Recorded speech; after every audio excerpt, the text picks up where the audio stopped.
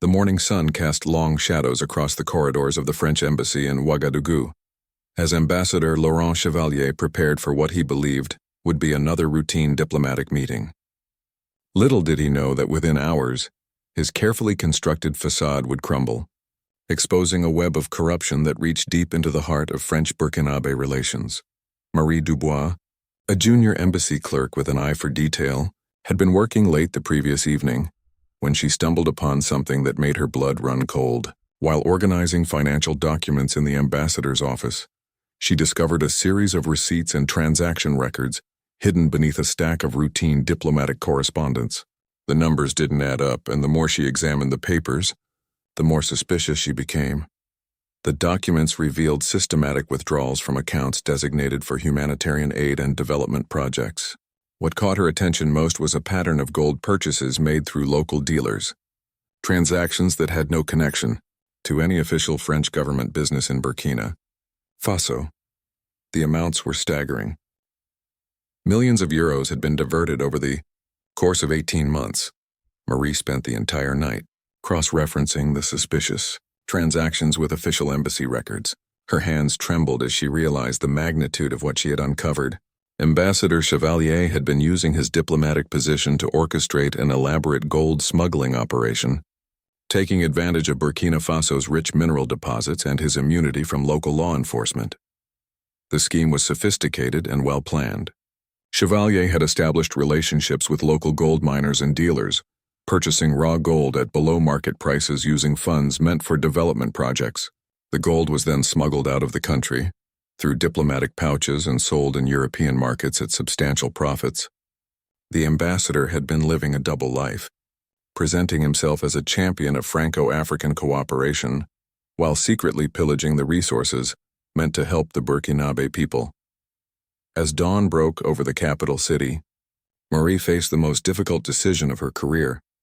She knew that exposing a senior diplomat would have serious consequences for her own future, but she also understood that remaining silent would make her complicit in a crime that was harming the people of Burkina Faso. The weight of responsibility pressed heavily on her shoulders as she gathered the evidence and prepared to take action. The irony was not lost on her that this discovery came at a time when France was facing increasing criticism for its historical exploitation of African resources. The revelation would not only destroy Chevalier's career but could potentially damage diplomatic relations between the two countries at a crucial moment in West African politics. Marie carefully photographed all the incriminating documents, ensuring she had complete evidence of the ambassador's criminal activities. She organized the proof methodically, creating a timeline of transactions and mapping out the network of local contacts who had been involved in the operation. The evidence was overwhelming and undeniable. The young clerk understood that she needed to act quickly but carefully. Chevalier was scheduled to meet with Burkina Faso's transitional government later that day, and if he suspected that his activities had been discovered, he might attempt to flee the country using his diplomatic immunity. The window of opportunity to expose him was rapidly closing. As she prepared to leave the embassy with the evidence, Marie reflected on the broader implications of what she had discovered. This wasn't just about one corrupt diplomat. It represented a pattern of exploitation that had characterized France's relationship with its former colonies for decades. The stolen gold represented not just financial loss, but a betrayal of trust that would resonate far beyond the embassy walls. The morning traffic was beginning to build in Ouagadougou as Marie stepped out into the street, carrying with her the evidence that would soon shake the foundations of diplomatic relations between France and Burkina Faso. She had made her choice, and there was no turning back. The truth would come to light, regardless of the consequences for her own career or the political fallout that would inevitably follow.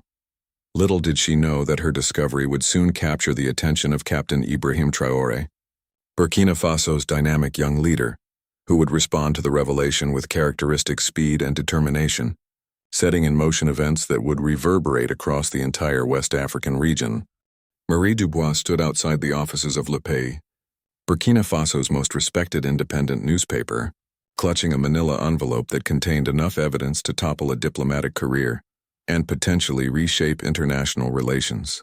Her heart pounded as she considered the magnitude of her decision to become a whistleblower against one of France's most senior representatives in West Africa.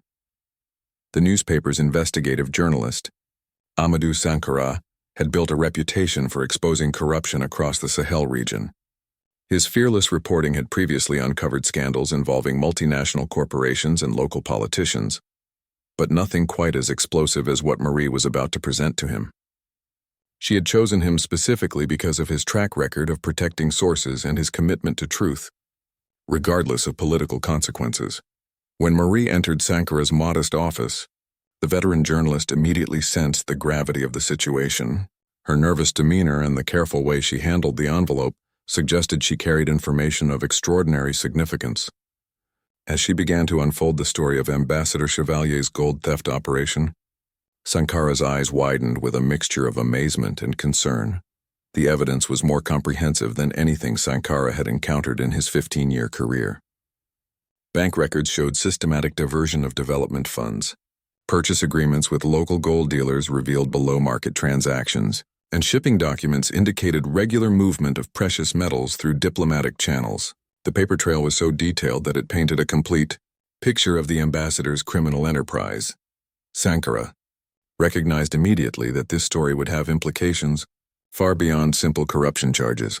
France's relationship with Burkina Faso was already strained due to historical grievances and contemporary political tensions.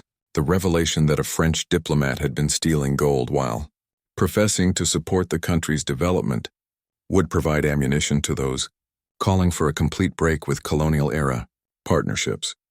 The journalist worked through the afternoon, verifying the authenticity of the documents and cross-referencing the information with his own sources within the government and mining industry. Every piece of evidence checked out, and additional sources confirmed details about Chevalier's suspicious activities over the past year and a half. The story was not only true but even more extensive than Marie had initially realized. As evening approached, Sankara faced a crucial decision about how to handle the story. Publishing immediately would maximize impact, but might not allow sufficient time for the authorities to respond appropriately. Holding the story too long, however, might give Chevalier an opportunity to destroy evidence or flee the country. The timing needed to be perfect to ensure both maximum transparency and proper legal consequences. Marie remained in the newspaper office throughout the day, providing additional context and helping to verify details. She explained how she had first become suspicious of discrepancies in the embassy's financial records and described the painstaking process of gathering evidence while maintaining her normal duties. Her dedication to exposing the truth despite personal risks impressed the seasoned journalist. The implications of the story extended beyond simple theft. Chevalier's actions represented a violation of diplomatic protocols, a betrayal of international development goals, and a continuation of exploitative practices that many African nations were working to eliminate. The stolen gold represented not just financial loss but symbolic theft of Burkina Faso's natural heritage.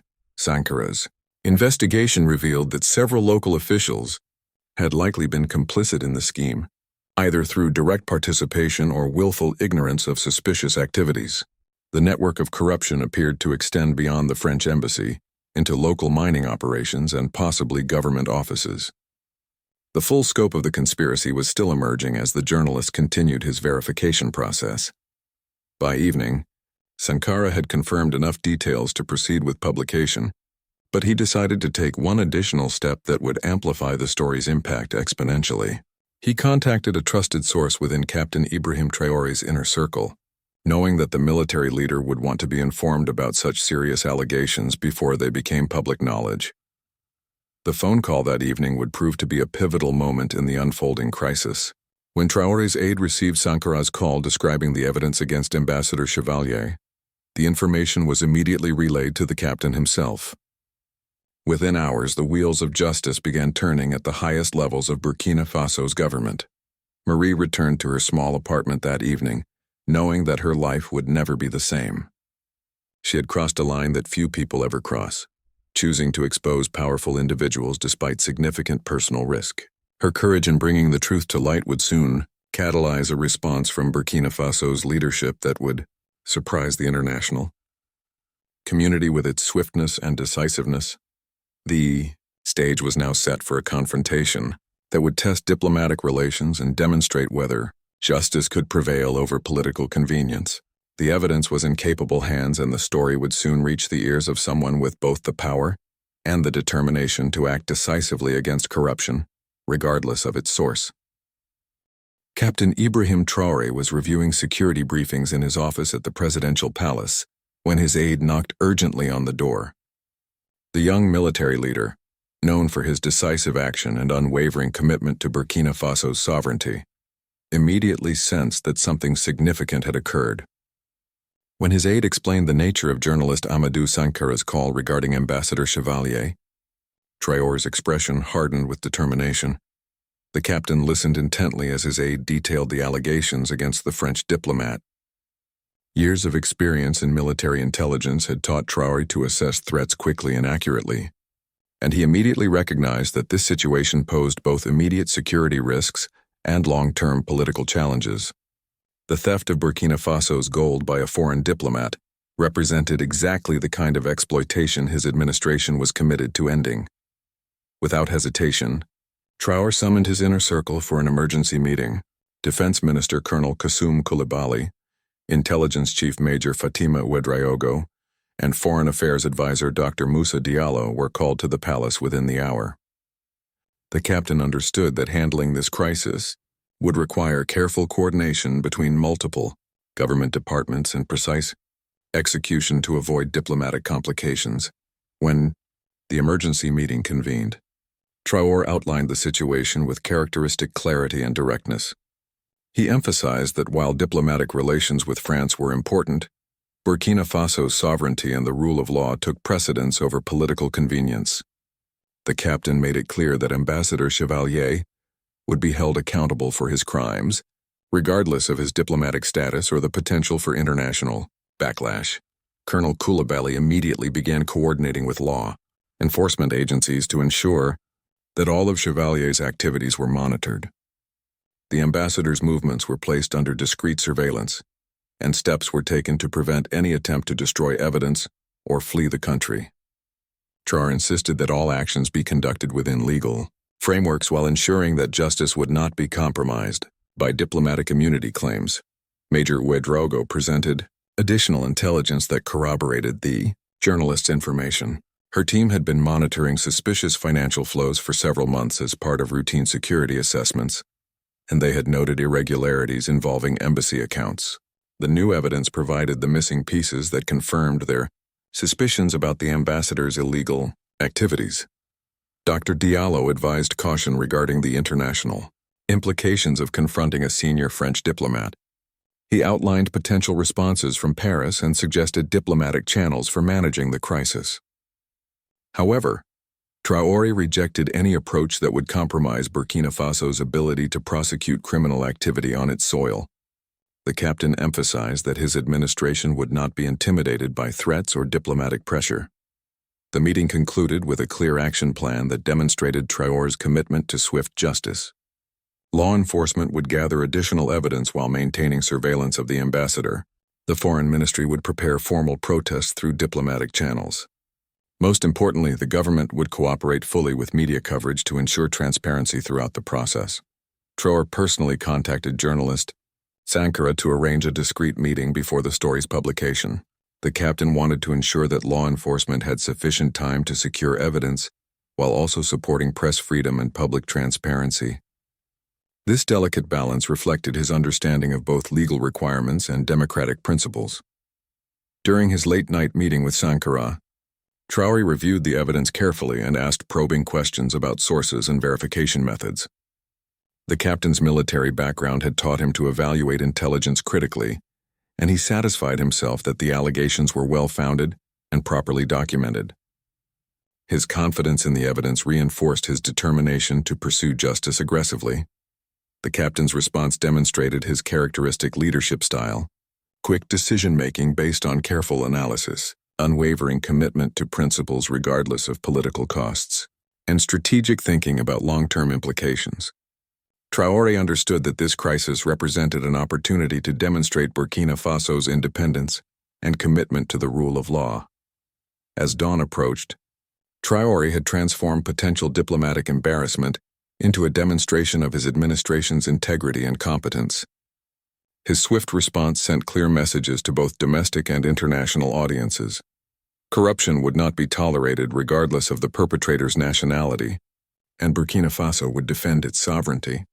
Against all forms of exploitation, the captain's handling of the crisis also reflected deeper, strategic considerations about Burkina Faso's relationship with France and other international partners. By responding decisively but lawfully, he positioned his country as a reliable partner that insisted on mutual respect and legal compliance. This approach strengthened his administration's credibility with other African leaders who faced similar challenges with former colonial powers.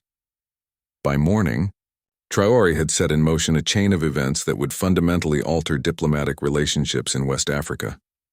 His rapid response demonstrated that new generation African leaders would not accept the exploitation that had characterized previous eras. The captain's actions would soon reverberate far beyond Burkina Faso's borders, inspiring similar assertiveness across the continent.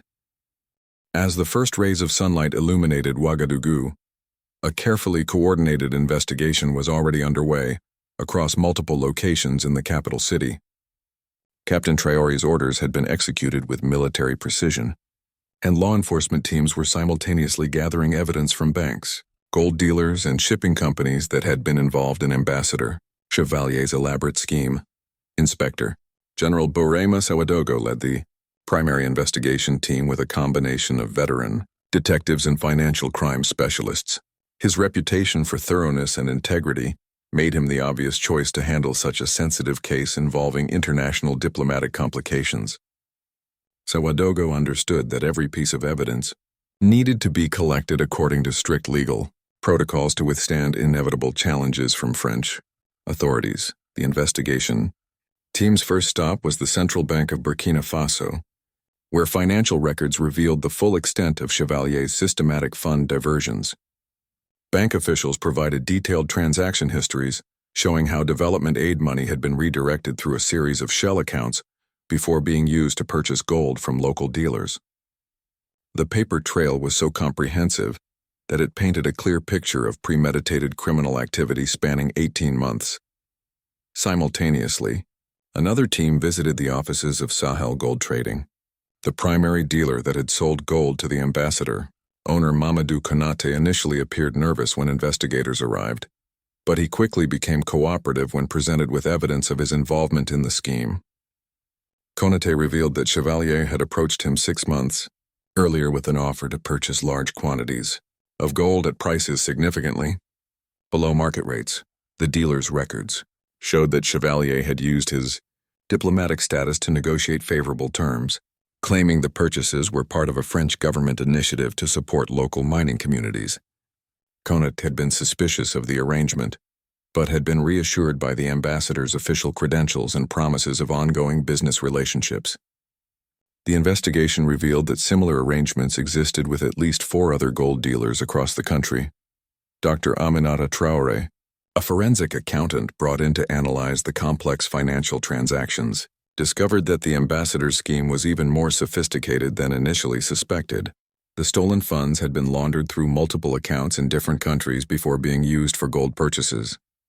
Some of the precious metal had already been sold in European markets, generating substantial profits that were held in Swiss bank accounts. The investigation team also uncovered evidence of local government corruption that had enabled Chevalier's operations.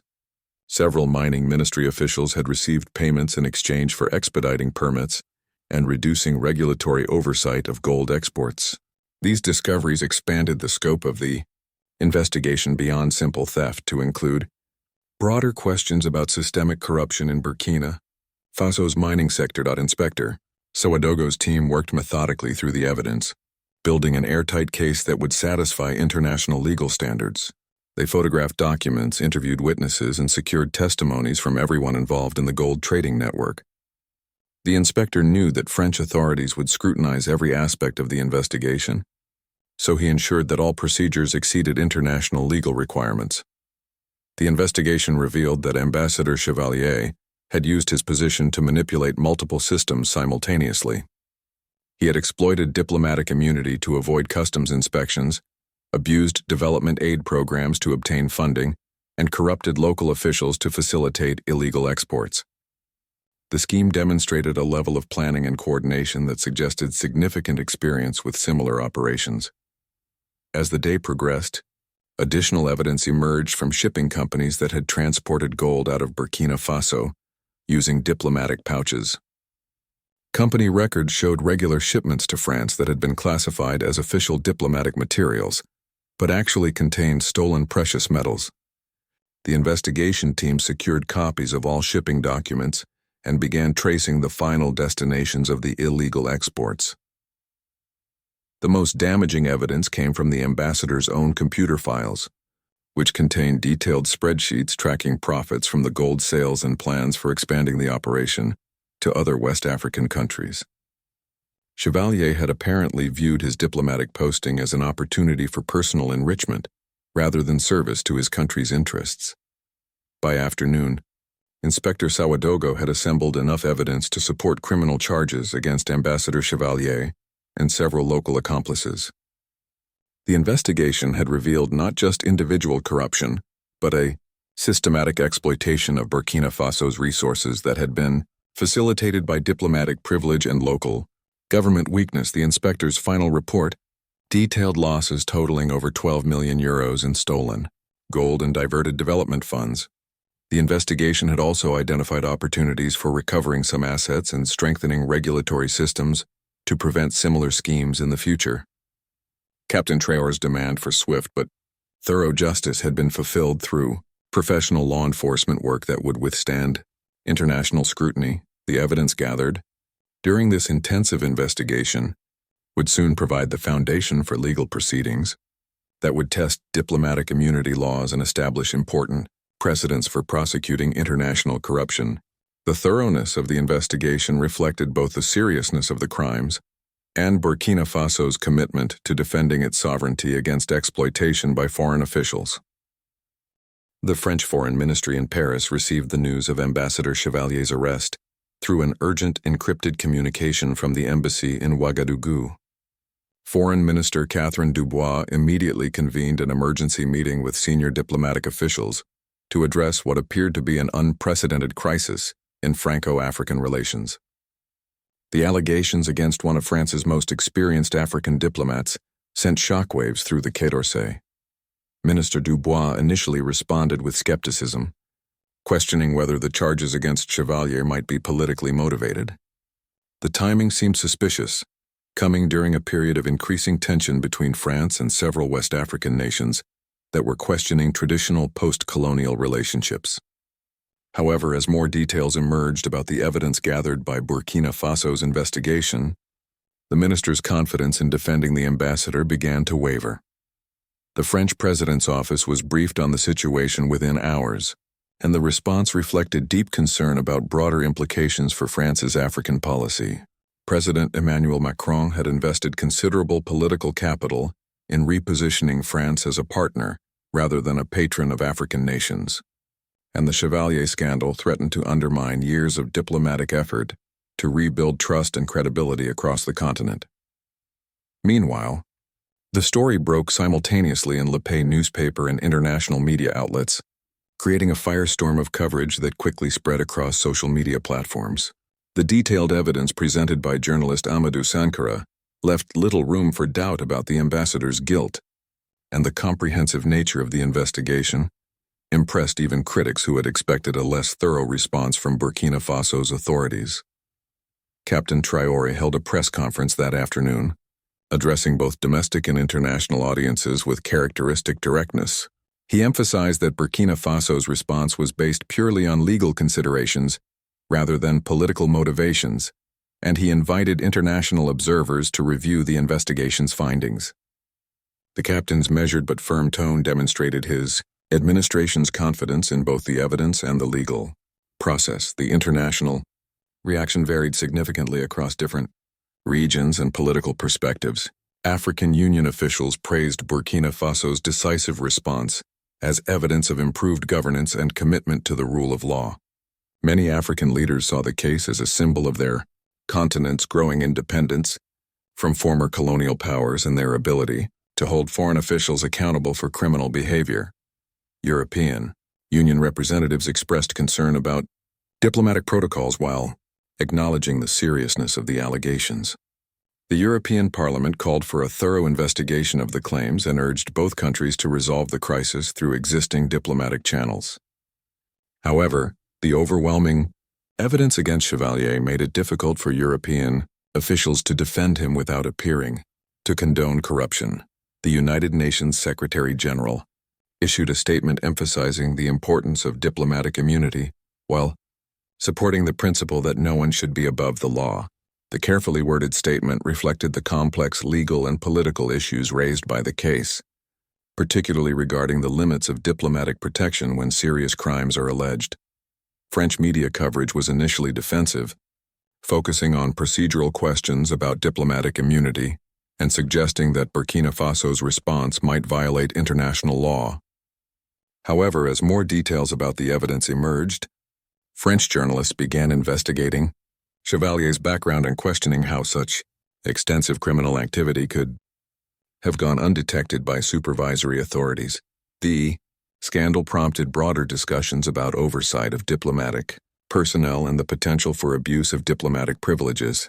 Opposition politicians in France demanded investigations into the foreign ministry's supervision of overseas personnel, while government officials struggled to balance support for diplomatic immunity with acknowledgement of the serious criminal allegations.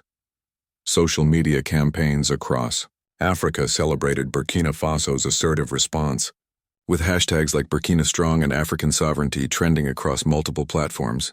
Young Africans particularly praised Captain Traore's leadership, viewing his handling of the crisis as representative of a new generation of leaders who would not tolerate exploitation by foreign officials. The economic implications of the crisis began emerging as well, with concerns about potential impacts on trade, relationships, and investment flows between France and Burkina Faso. Business communities in both countries expressed hope that the crisis could be resolved quickly to avoid lasting damage to economic partnerships that benefited both nations. International legal experts debated the complex questions raised by the case, particularly regarding the scope of diplomatic immunity when alleged crimes involve systematic theft of host country resources. The case appeared likely to set important precedents for future prosecutions of diplomatic personnel accused of serious crimes. By evening, the crisis had evolved from a bilateral diplomatic dispute into a broader international discussion about accountability, sovereignty, and the limits of diplomatic privilege. Captain Traore's swift response had transformed what could have been a quiet cover-up into a public demonstration of African determination to defend national interests against foreign exploitation. The international attention focused on the case ensured that resolution could not be achieved through traditional, behind-the-scenes diplomatic negotiations. The evidence was too public, the political stakes too high, and the symbolic importance too significant for the crisis to be resolved without substantial consequences for all parties involved. The courtroom in Ouagadougou was filled with local and international journalists as Ambassador Laurent Chevalier appeared before Judge Fatoumata Sankara for his preliminary hearing. The proceedings represented a historic moment in West African jurisprudence, as it was the first time a senior European diplomat had been prosecuted for financial crimes in the region. The evidence against Chevalier was so overwhelming that even his French legal team struggled to mount an effective defense. Judge Sankara, known for her meticulous attention to legal procedures and unwavering commitment to justice, had reviewed the investigation files thoroughly before the hearing. Her reputation for fairness and competence made her selection for this high-profile case particularly significant, as it demonstrated the Burkina Faso judiciary's determination to handle the matter according to international legal standards. The prosecution, led by Attorney General Moussa Ouedraogo, presented evidence methodically and comprehensively. Bank records, shipping documents, witness testimonies, and computer files painted an undeniable picture of systematic theft and corruption spanning 18 months. The prosecutor emphasized that this was not a political prosecution, but a straightforward criminal case involving clear violations of Burkina Faso's laws. Chevalier's defense attorney, Pierre Martineau, flew from Paris specifically to represent the ambassador. His strategy focused primarily on diplomatic immunity arguments, claiming that the Vienna Convention on Diplomatic Relations protected his client from prosecution by local authorities. However, Judge Sankara carefully reviewed international precedents and determined that diplomatic immunity could not shield officials from prosecution for serious crimes committed. In their personal capacity, the hearing revealed additional disturbing details about the scope of Chevalier's criminal enterprise. Evidence showed that he had planned to expand his operations to neighboring countries, using his diplomatic network to facilitate similar gold theft schemes across West Africa. The ambassador had viewed his position not as a public trust, but as an opportunity for personal enrichment at the expense of African development. Captain Traore attended the hearing personally, demonstrating his administration's commitment to seeing justice served regardless of diplomatic pressure.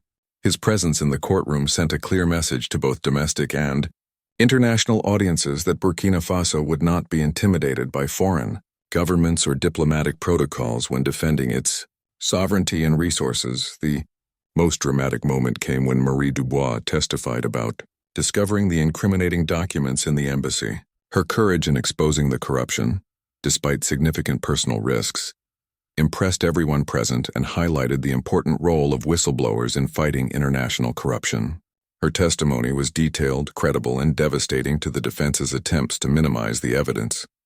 Local gold dealer Mamadou Konate also testified, explaining how Chevalier had manipulated him into participating in the scheme by claiming official French government authorization. Konate's testimony revealed the ambassador's sophisticated methods for recruiting local accomplices and his abuse of diplomatic credentials to gain trust and avoid scrutiny. The financial evidence presented during the hearing showed that Chevalier had stolen over 15 million euros through his various schemes, with the money laundered through multiple international accounts before being converted into gold purchases. Forensic accountant Dr. Aminata Traore explained the complex financial networks used to hide the stolen funds and demonstrated the premeditated nature of the criminal enterprise. Judge Sankara's decision to deny bail reflected both the flight risk posed by the defendant and the seriousness of the charges. She noted that Chevalier had already demonstrated willingness to abuse his diplomatic position and had access to resources that could facilitate escape from justice.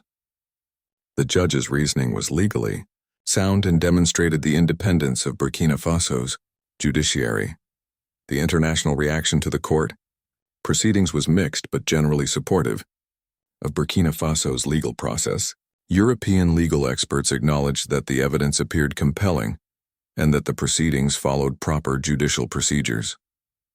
Even critics of the prosecution admitted that the case appeared to be handled professionally and fairly. French government officials found themselves in an increasingly difficult position as the evidence mounted against their former ambassador. Initial attempts to defend Chevalier based on diplomatic immunity became untenable as the scope of his criminal activity became clear. The French Foreign Ministry quietly began distancing itself from the disgraced diplomat. The trial proceedings were broadcast live on local television and streamed internationally, ensuring complete transparency in the judicial process. This openness helped counter any suggestions that Chevalier was not receiving fair treatment and demonstrated Burkina Faso's confidence in both the evidence and the legal system's integrity. Judge Sankara scheduled the full trial to begin within 60 days, allowing both sides adequate time to prepare their cases. She emphasized that the proceedings would continue to follow international legal standards and that the defendant would receive all protections guaranteed under Burkina Faso's constitution and international law. The preliminary hearing concluded with Chevalier being remanded to custody pending trial. As he was led from the courtroom, the former ambassador appeared to finally grasp the seriousness of his situation and the impossibility of avoiding consequences through diplomatic manipulation. Justice was beginning to prevail over privilege, setting an important precedent for future cases involving diplomatic crime. 6 months after Ambassador Chevalier's conviction and sentencing to 12 years imprisonment, the ripple effects of the case continued to reshape diplomatic relationships across West Africa. Captain Ibrahim Traore's decisive response had established new precedents for holding foreign officials accountable and inspired similar assertiveness among African leaders who had previously hesitated to challenge traditional power structures. The recovered gold and frozen assets, totaling over 18 million euros, were dedicated to establishing the Burkina Faso Sovereignty Fund, which financed education and infrastructure projects across the country. Captain Traore personally inaugurated the first schools built with the recovered funds, emphasizing that resources stolen from the people would be returned to benefit future generations. The symbolic transformation of corruption proceeds into educational opportunity resonated powerfully throughout the region. Marie Dubois, the courageous embassy clerk who first exposed the corruption, received international recognition for her role as a whistleblower. She was awarded the African Union's Anti-Corruption Prize and secured a position with Transparency International, where she worked to strengthen protection systems for individuals reporting diplomatic corruption. Her courage in speaking truth to power became a model for civil servants across Africa. The case prompted comprehensive reforms in diplomatic oversight procedures across multiple countries. France implemented new auditing systems for embassy financial activities and established regular rotation policies to prevent the concentration of authority that had enabled Chevalier's scheme. Other European nations adopted similar reforms, acknowledging that diplomatic privilege required enhanced accountability mechanisms. Journalist Amadou Sankara's reporting on the case earned him international journalism awards and led to his appointment as West Africa correspondent for several major international news organizations. His meticulous investigation and commitment to transparency demonstrated the crucial role of independent media in exposing corruption and holding powerful individuals accountable for their actions. The Burkina Faso judiciary's professional handling of the case enhanced the country's international reputation and attracted increased development aid from partners who appreciated the demonstrated commitment to rule of law.